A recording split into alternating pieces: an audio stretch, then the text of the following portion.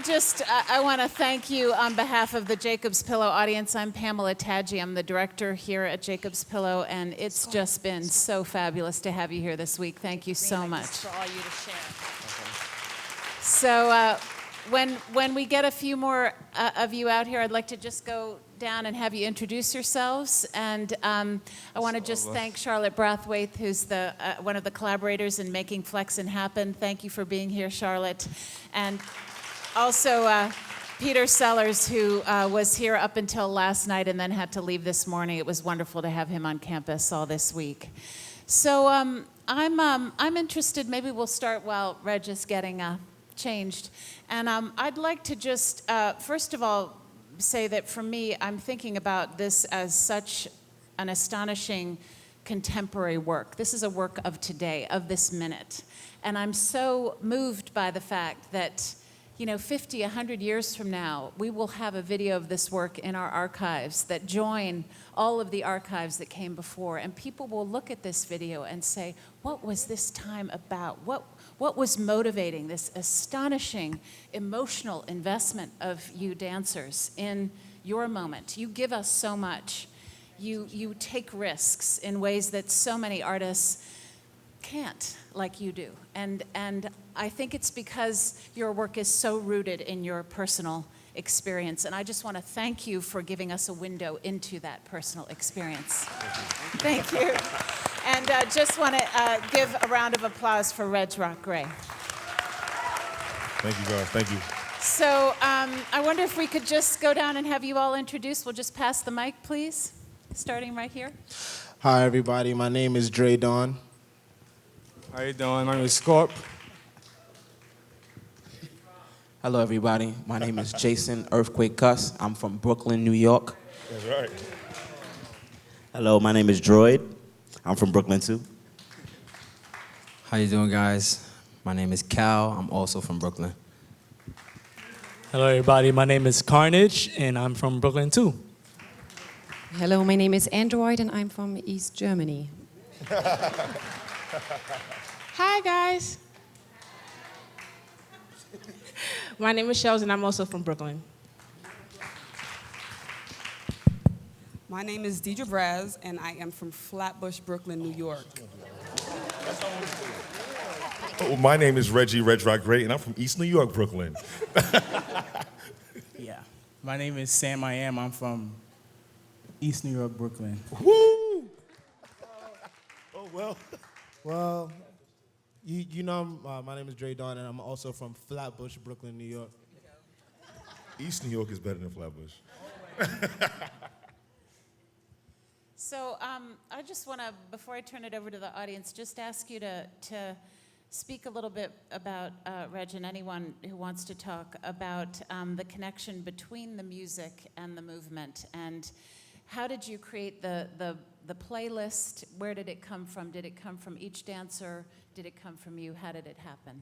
Well, first of all, I want to shout out to Epic B. Epic, he's the producer of the whole music and putting everything together, the whole score. So shout out to Epic. He's a great producer. So what happened was the dancers, they pretty much picked the music, the soundtrack of their life, if you want to say so. Like there was a time where we started doing in rehearsals. We just said, hey guys, pick a song that you're gonna. I said, pick a song you're gonna dance to for the rest of your life because we're not gonna change it. And then, so everybody was like, well, it's kind of hard to do that, but they started. All the dancers started individually picking their own music, and Epic actually started making music to put to certain parts of the performance. So that's pretty much how the whole score got situated. It started, I guess, connecting with everybody. But the thing is with the music, the music doesn't really convey the story of what's being told on stage. It's a lot more. When you look at the dancers, they're telling a totally different story from what the music is actually saying. So the music is really there for a guidance of feeling, and just so it can just guide you through the emotion and the feeling of relation. Mm-hmm. So yeah. Does anyone want to talk about why you chose the song that you danced to? We basically had homework. Every night we had to go home, and he would say, pick a song and make a piece about someone that you love, or being in solitary confinement, or just having a job that you just really didn't like to go to, which is why some of the pieces was like that today.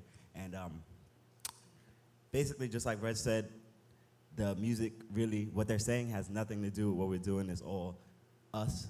So if you're paying attention to us, you gotta just pay attention to us. Don't listen to what they're saying. Just listen to the music and look at us. My inspiration came.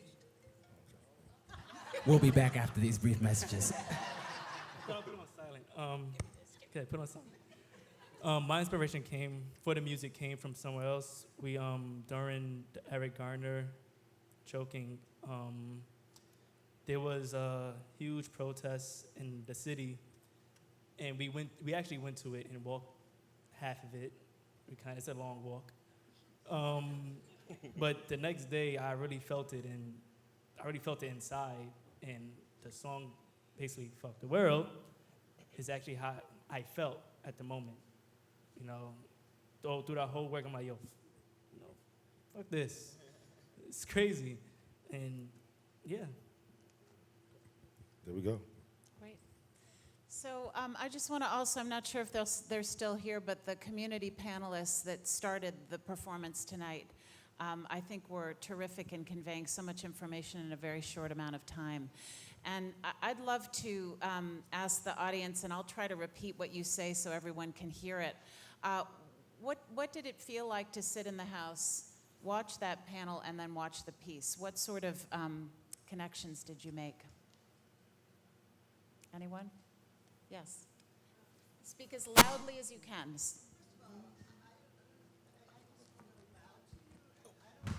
To express how brilliant and powerful and amazing this experience was of being here today and what it has meant in my own life. And I cried throughout the whole piece. Thank you so much. I'm going through a very deep grieving process, having lost somebody in my life who was the most important person in my life, my whole life. And this piece just allowed me to feel the connection between the grief of race in this country and the personal grief that I am experiencing in my life. And that was so profound. It was so profound. I felt like the music and the dance, even if there wasn't a direct correlation between the two, they just melded together for me. I was so being moved by the music in profound levels that were deeper than I could even understand. And the dance was the same, so moving me in that way. It was, I couldn't stop moving the whole time. I was moving in my chair and crying and moving and crying and moving and crying. And it is just a profound experience of gratitude to artists when they express the human experience in a way that brings together all of what we all go through in life. To come to that central core place so that we can connect to each other in that way through art. Art is the only thing I know that can do it. Mm-hmm. You know, to me, this was history as performance art.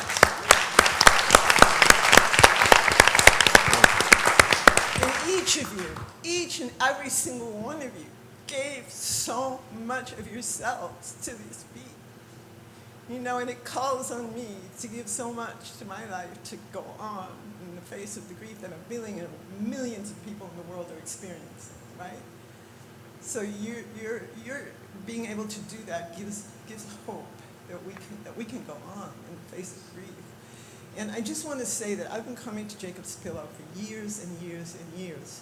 And this is truly an historic moment for Jacob's Pillow.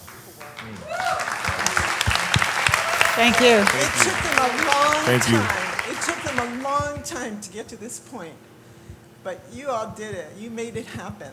And you have transformed what Jacob's Pillow is tonight. And this is an historic moment. And I just bow to you and thank you. And I hope I can stay connected to you and follow you and bring you to places where people can see you and experience the same thing. So thank you so much. Thank you. Thank you. Anyone else? Thank you.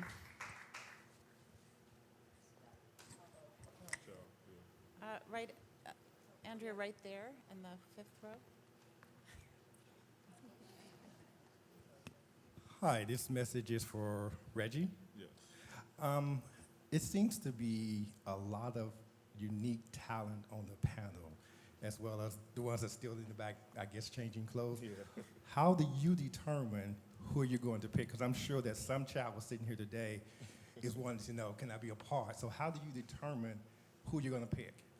Okay. Well, since I'm like one of the, I don't want to sound like too old, but I'm one of the beginners of like the FLEXN culture of the whole style. I've grown to see a lot of these dancers become who they are, you know, and throughout that process, I just like watched each and every single one of them in, you know, in growing their personality and growing their dance and how they would react to something like this. So it's kind of a connection thing that I have with them to kind of say, okay, well, I know this guy can definitely convey some emotion. This guy can do some things. This guy, you know, each of them have their own individual powers. It's like the X-Men, you know, they all have that. And when I watch them and I see them do what they do, it's just like, okay, like they're out of this world to me, you know. So to see them grow in that process, it was like, okay, I think you're gonna be part of this show. I think you're gonna be part of this show. And then again, I had to ask them to trust me in a sense, because we all get told like, okay, we're gonna be able to go to this show and we're gonna do this, we're gonna do that, and then a lot of stuff don't come through. So it's like within our community, it's like, okay, so what? You know, we're gonna do a regular show and it is what it is. But when I asked them, okay, can you trust me and just understand what we're gonna do and how we're gonna make this happen? These are the people that said, Reg, I got your back. And I got this, and I'm always gonna have their back. So that's kind of how we kind of chose the process. And plus, I have a dance community, what do you say? A dance showcase called the Dream Ring. And some of these dances, all these dances pretty much was a part of that. And you know, we just have fun doing that. So. And then, did you still want to speak? Okay. We're gonna. Oh, right. We have one in the back first. Thanks. Hi, you guys. Thank you all. In this place and time, you made history, but I think that one of the most important things that you have done right here is that you have opened a different dialogue in this place and time historically. And I think that we need to figure out how we get you to many cities, USA. Because in this conversation, which is different from the conversations that we all are having in pockets throughout this nation, it's the ability to see who you are and to connect the conversations that we're having to say to you, how do we take this and move it from where you brought it today? So I'm sitting in the audience and I don't usually get emotional, and you made me cry today. Thank you. Thank you.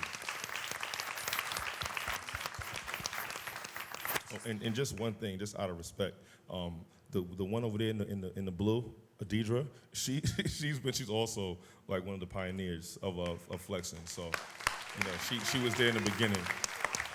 So I definitely gotta give that respect too. She watched a lot of them grow as well. And Reggie, before we take the next question, can you tell us what's next for FLEXN? What are your plans? I know you're going to Dartmouth in September, right? So we're definitely going to Dartmouth this year in September, and then we're also trying to just travel, of course, all over the U.S. because, you know, a lot of the major cities need this. You know, we want to go to Chicago, we want to go to L.A., we want to go to Ferguson, we want to go to places that really needs this conversation, so we can try to make some type of dialogue with someone that, you know, can help create change, help create creative change.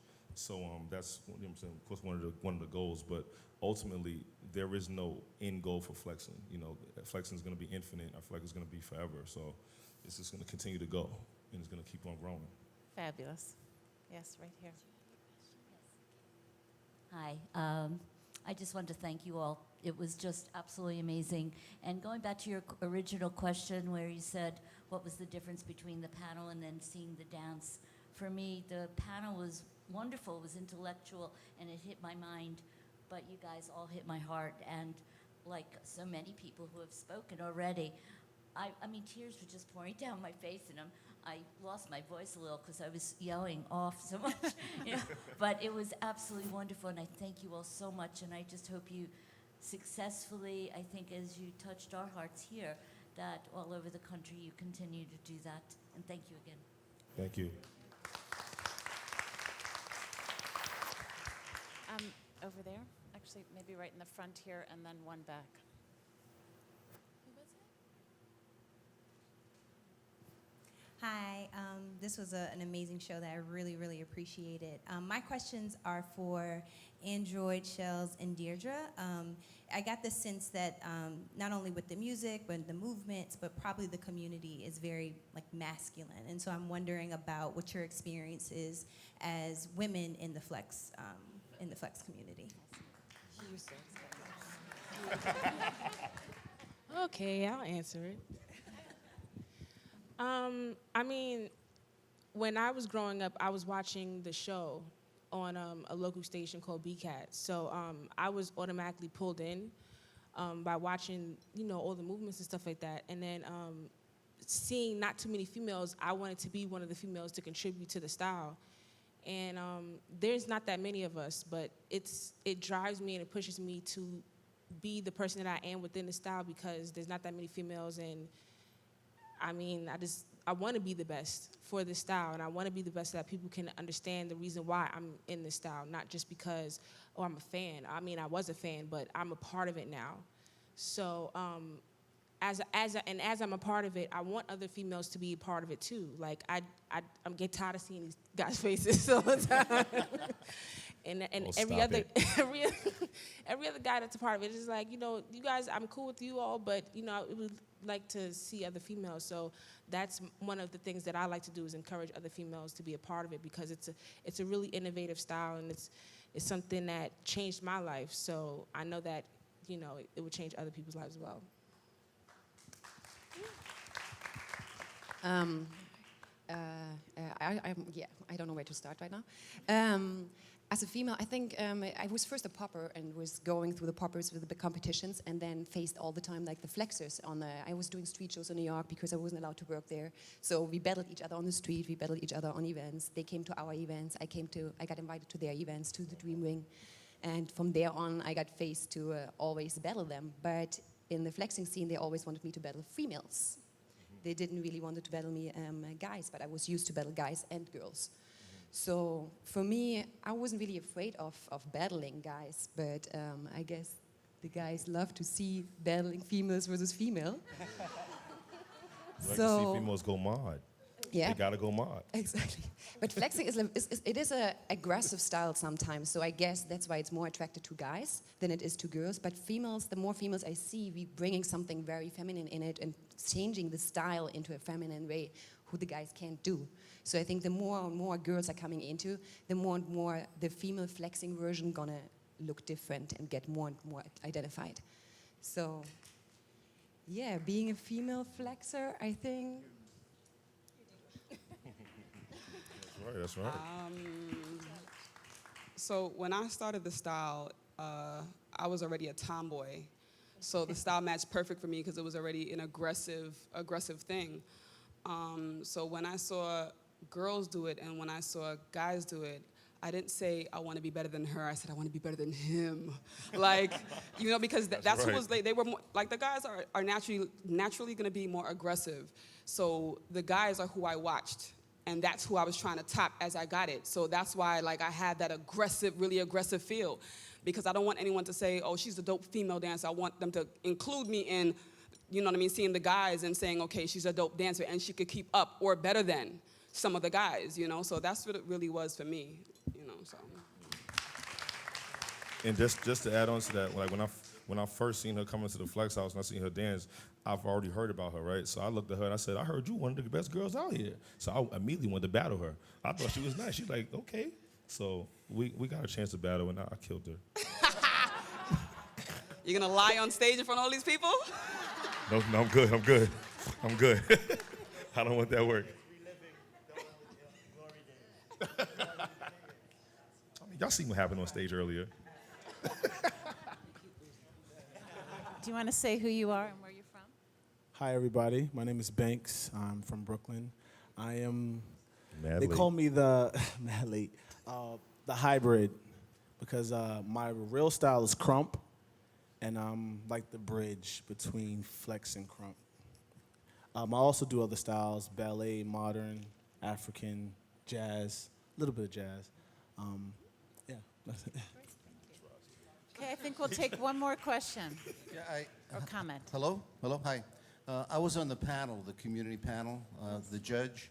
So I just want to thank you because for me this was transformational. You know, connecting the head to the heart because people like me in the system, you know, we have the hubris to sit in judgment of an emotional and experiential reality that we really don't understand. You know, and I used to represent young people for 20 years, and I feel like you brought me back. You know, the power of art to connect to that emotional reality, the range of experience, the circumstances, the situations that you covered were incredible. You know, and in the court system, you know, we just see numbers, names, we see tips of icebergs, and this piece really has to be taken on the road. I mean, policymakers, a much larger audience has to be connected to this work because it's really, really powerful. So I just thank you. I profoundly thank you. Thank you. Thank you. Thank you very much. Thanks for staying. We'll take one more because her hand is raised high. I can't resist. So to connect to Talk to Dance, which I'm a huge fan of, I was thinking about the pre-show pillow talk, or whatever it is called, over in Blake's Barn. And from the beginning of the show, I was thinking, how does her message tie into the show? So she talked about having purpose and having intent. And what I came up with out of the show was that this show brings shared reality, which is a fantastic term that not so many people know. But shared reality is what you're feeling is what I'm feeling.